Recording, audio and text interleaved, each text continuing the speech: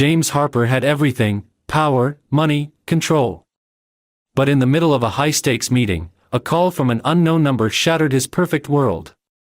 A soft, uncertain voice on the line asked, "Are you my dad?"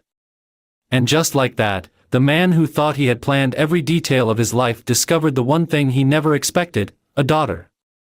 James Harper had built a life most people only dreamed about.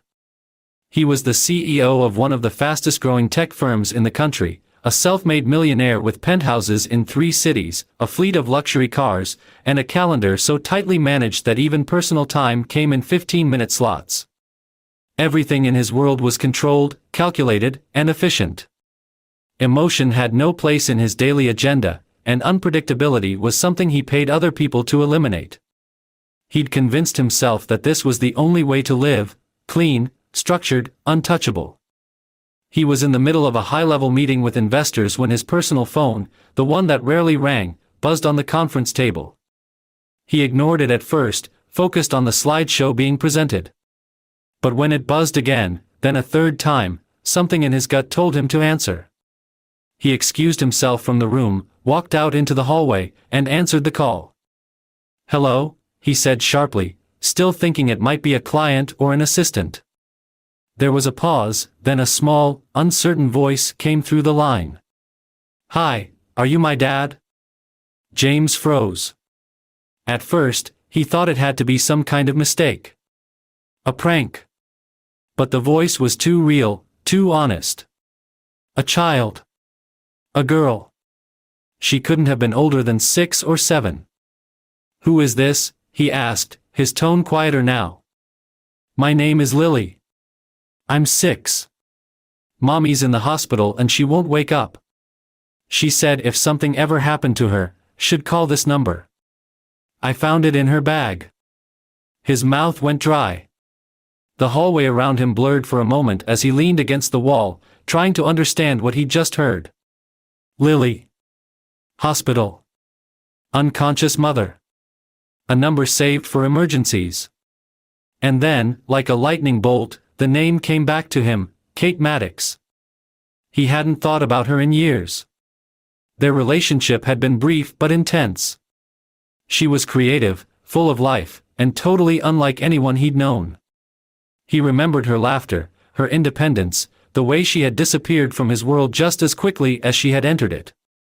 He had left for a business expansion on the East Coast and never looked back. They had lost touch.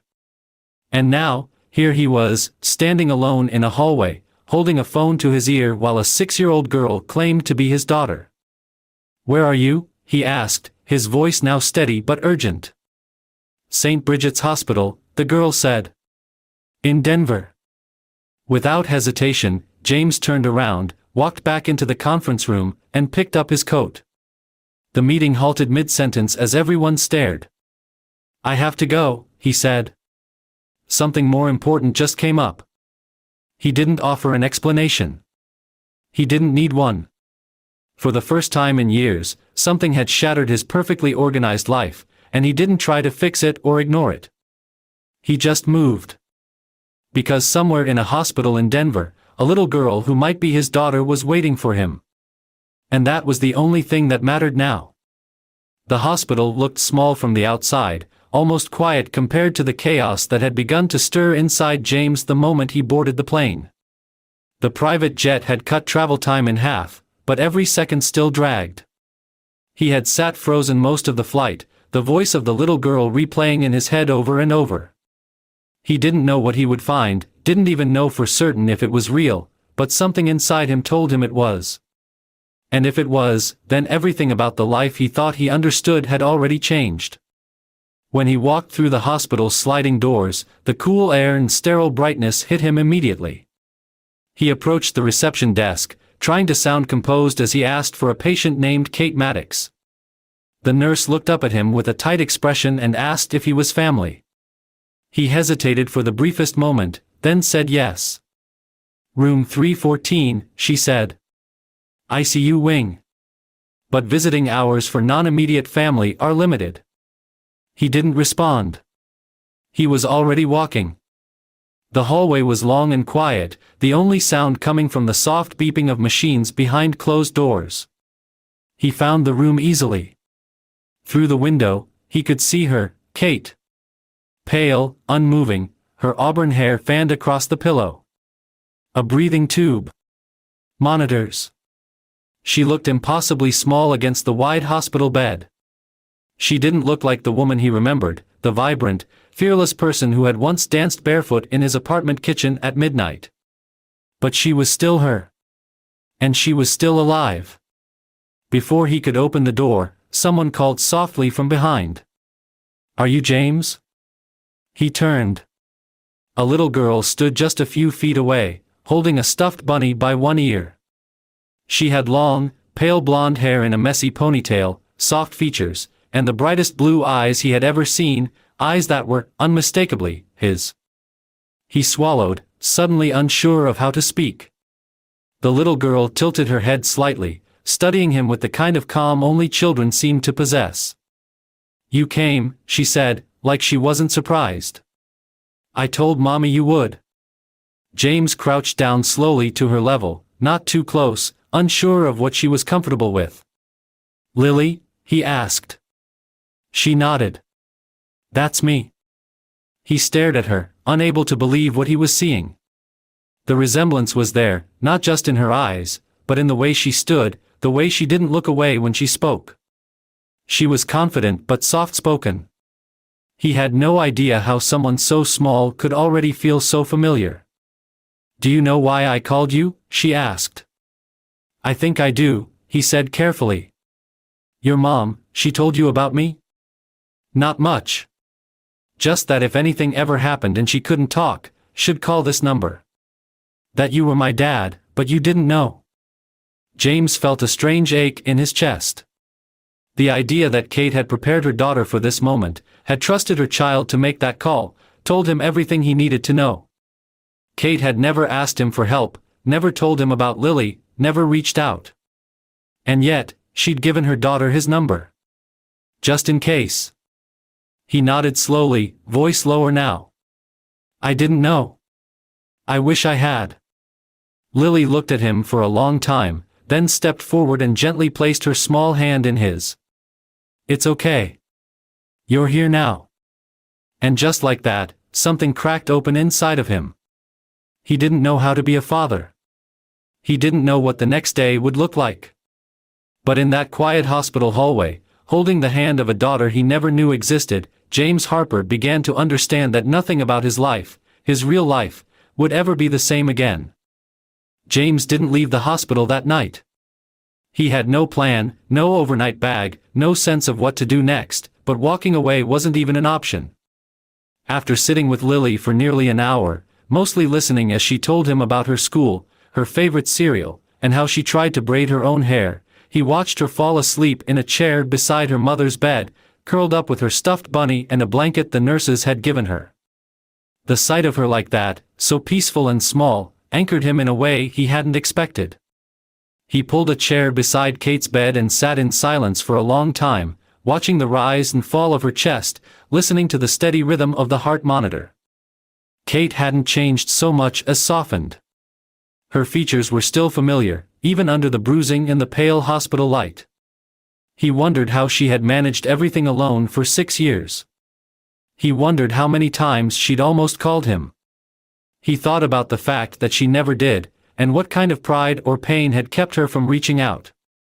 A nurse eventually came in to check on Kate's vitals and seemed surprised to see James still there.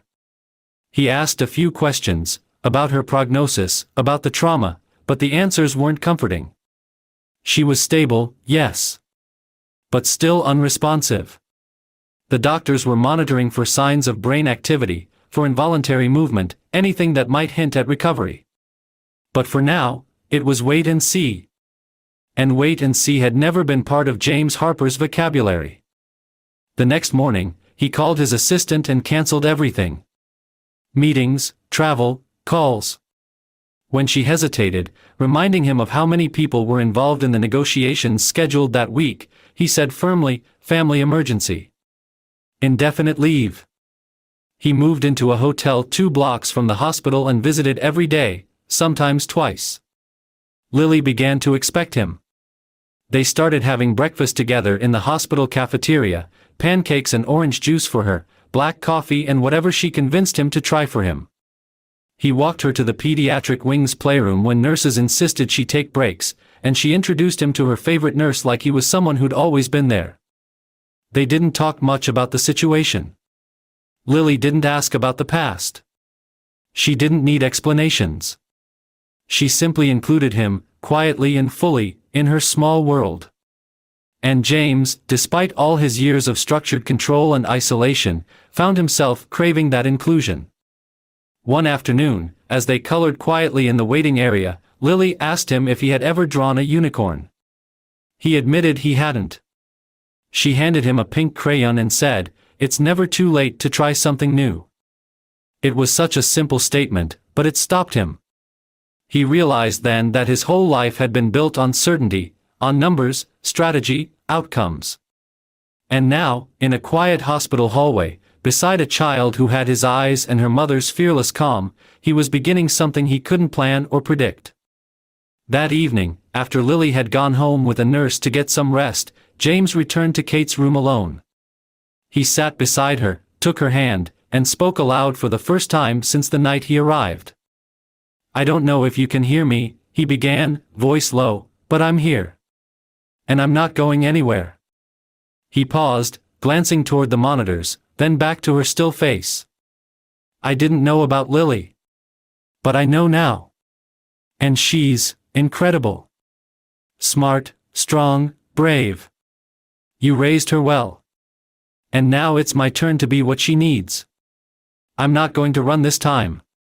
So if you can fight your way back, Kate, we're waiting. We're both waiting." He stayed with her until the room grew dark and quiet and his eyes began to close. For the first time in years, James Harper didn't know what tomorrow would bring. But for once, he wasn't afraid of that. James quickly learned that hospitals had their own rhythm, slow and repetitive on the surface, but always carrying a low hum of urgency beneath it. The days began to blur into each other as he settled into a routine that was completely foreign to the life he used to know. Each morning started with coffee that tasted like cardboard and an early check-in with the nurses, followed by hours spent in Kate's room, sometimes reading to her, sometimes just sitting in silence. Every few hours he'd break away to see Lily, who had become a bright, grounding force in his day. She asked questions that no adult dared to, like why the lights in the ICU were always too bright or why the walls didn't have pictures. She had an honesty that pierced straight through him, never rude, only curious, and always brave. One afternoon, James had just finished helping Lily with a simple art project and a woman walked into the waiting area with a clipboard in hand and a carefully measured smile on her face. She introduced herself as a social worker assigned to Kate's case. Her tone was polite but firm as she requested to speak with him privately. James followed her down the hall to a small consultation room, not fully sure what to expect. Once the door closed, she got straight to the point. She explained that because Kate was still in a coma with no known legal guardianship assigned, the hospital had a responsibility to ensure Lily's safety. They were grateful he had stepped in, but technically, he had no legal claim to the child. James felt his stomach knot as she spoke, the thought of someone else stepping in to decide Lily's future hitting him harder than he expected. He assured the social worker that he had every intention of staying involved and that he would do whatever was required to protect her. She nodded, professional but unmoved, and said that paternity would need to be confirmed. The next day, James took a DNA test. There was no doubt in his mind, but he understood the system needed proof. Still, the process made everything feel suddenly fragile. What had started to feel like family was now under scrutiny, and he hated the idea of Lily sensing that shift. But she surprised him again. When he gently explained that some people needed paperwork to understand who he was to her, Lily just shrugged and said, "You're my dad. I already know that. They'll figure it out." James could only smile and nod, feeling something in his chest pull tight.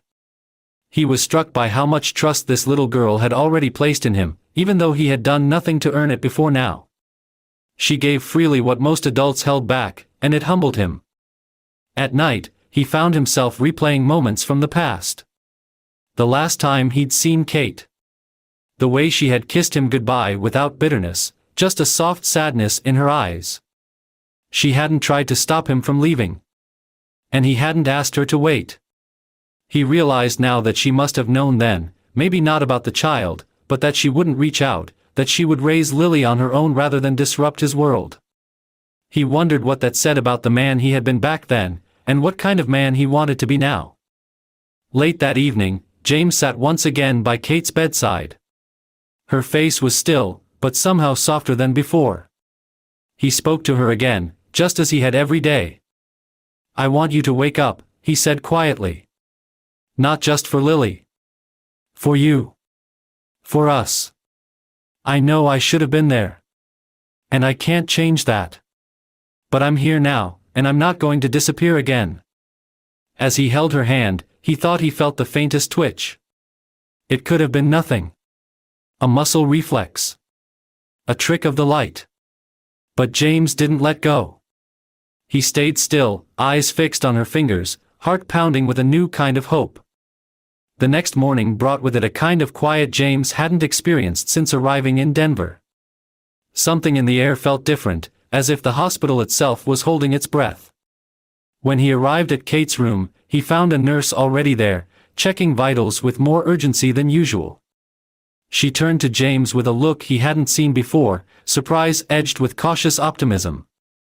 Kate had moved.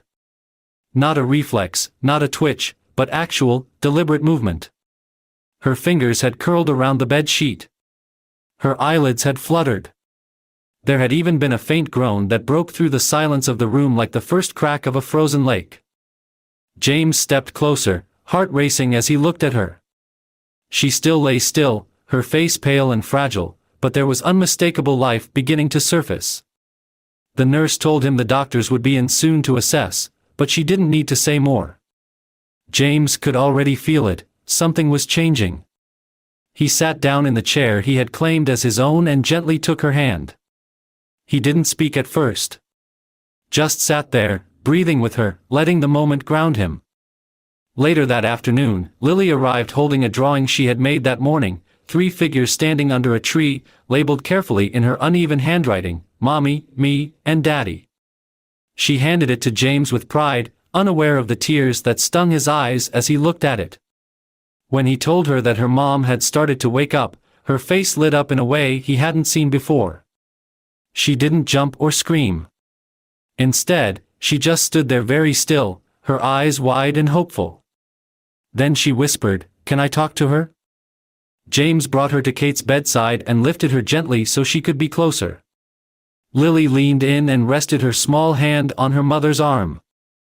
"Hi, Mommy," she said quietly. "I'm here. And Daddy is here too. We've been waiting for you." Kate didn't respond, but her monitor began to change slightly, a subtle shift that the nurse watching from the door later confirmed as increased brain activity.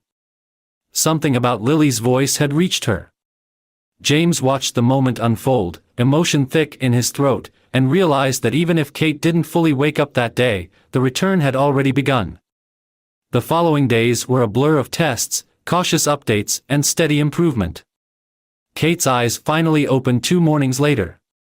At first she only blinked, her pupils slow to adjust to the light, her body weak and barely responsive. But she was awake. And she recognized him.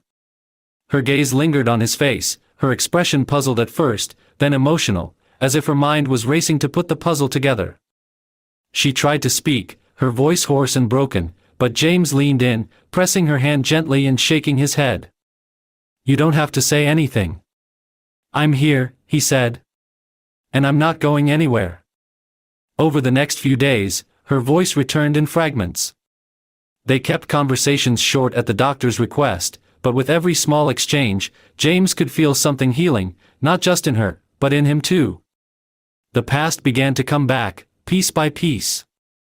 She remembered the accident, remembered taking Lily to the park, remembered the headache that struck just before she lost consciousness. Then one afternoon, When James was helping adjust her pillows, she looked at him and asked in a whisper, "Why did you come?" He paused, not because he didn't know the answer, but because there were too many. He looked at her and said quietly, "Because I had to. Because she called me. Because I should have never left in the first place."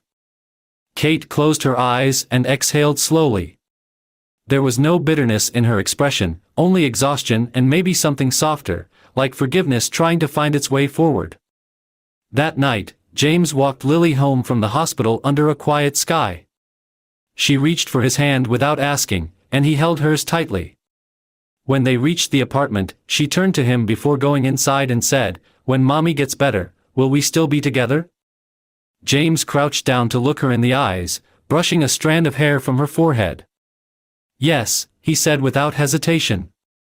"We're already together." And for the first time, it didn't feel like something he was trying to fix. It felt like something real, something earned. Something that was finally beginning. Kate's recovery unfolded slowly, with quiet victories that only those who had waited in uncertainty could truly appreciate. Each day brought a little more strength, a little more clarity. First came her ability to sit upright without support. Then, short walks with a physical therapist down the hallway, her steps shaky but determined. James was there for every milestone, not hovering, but present in the way that mattered, always in the room, always steady, always watching with the kind of focus she had never known from him before. They began to talk more. Not about the past at first, but about Lily, about routines, about her physical therapy schedule. James told her how Lily had managed the first night alone and how she had quietly taken over his mornings with requests for pancakes and cartoons before school. He made her laugh once, describing his failed attempt to braid Lily's hair, which had ended in knots and glitter everywhere. Kate smiled at that, her voice still thin but genuine when she said, "I didn't think you'd be the type to stick around." James didn't respond right away. He reached for her water cup, handed it to her, then sat back down. When he did answer, his voice was low and serious. "I wasn't the type. But I should have been. I'm trying to be now." There was no grand apology, no drawn-out explanation of why he left or why he never called. She didn't ask for one. Maybe she didn't need it. Maybe she already knew. Time had a way of stripping people down to the truth. They both understood more with silence than they had with words all those years ago. Meanwhile, Lily had grown even more attached to both of them. She transitioned seamlessly into a shared world that had once been divided by absence.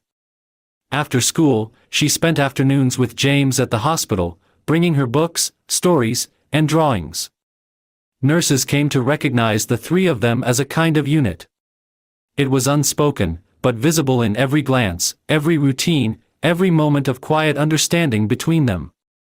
One evening, after Kate had been cleared to leave the hospital and had moved into a short-term rehabilitation apartment nearby, the three of them sat on a park bench across the street. It was sunset, and the light made everything feel suspended in warm gold. Lily was telling a long, winding story about her favorite teacher, while James and Kate listened like it was the most important thing in the world. When Lily ran ahead to chase a bird near the fountain, Kate turned to James. Her eyes were tired, but focused. "I don't want to go back to how things were before," she said. "Not just with you. With any of it. I used to run on autopilot, work, parenting, barely sleeping. I didn't realize how much of myself I'd buried." James nodded, understanding more than he could say. "I thought I had everything," he admitted. "But it turns out I was just busy. Not whole. You and Lily, you've changed that." Kate smiled, just faintly, and leaned her head back against the bench. "We've still got a lot to figure out." He looked toward Lily, who was now twirling with her arms out, letting the last light of day fall over her like a crown. "We'll figure it out," he said. "Together." There was no need for declarations or rushed decisions. They had already begun to rewrite everything, not in bold strokes, but in small, steady lines. The kind of changes that last. The kind that matter. The day of Lily's 7th birthday arrived with more sunlight than usual, as if the sky itself had decided to bless the occasion. It was a Saturday, warm and quiet, and James had insisted on planning everything himself. He rented out a small community garden near the rehab center, decorating it with streamers and pastel balloons. There were tables filled with cupcakes, sandwiches, and small bowls of fruit shaped like stars. Nothing extravagant, but every detail was intentional, thought through with the kind of care he'd never used for anything outside of business deals before. Kate stood by the entrance, still a little unsteady on her feet but stronger now. She wore a soft blue dress and had her hair loosely tied back. Watching James guide Lily around the garden, introducing her to a few local kids and helping her pick music for the little speaker they'd brought, she felt a knot rise in her chest. It wasn't grief or regret, it was something deeper, a strange, quiet mix of joy and disbelief. After everything they had been through, after all the uncertainty and absence, the three of them were standing in the same place, smiling. Living. When Lily spotted her mom, she ran over and threw her arms around Kate's waist. "Best day ever," she declared. "And we haven't even done presents." James joined them a minute later, holding something behind his back. Lily's eyes lit up immediately. "Is that for me?" she asked, already bouncing in place. He knelt in front of her and brought out a small, carefully wrapped box. Inside was a charm bracelet, delicate and silver, with one tiny charm already attached, a heart with her initial engraved on it. "Every year," he said, "we'll add one. Something that tells part of your story." Lily beamed, then surprised him by lunging forward and hugging him tight. "I love it," she said.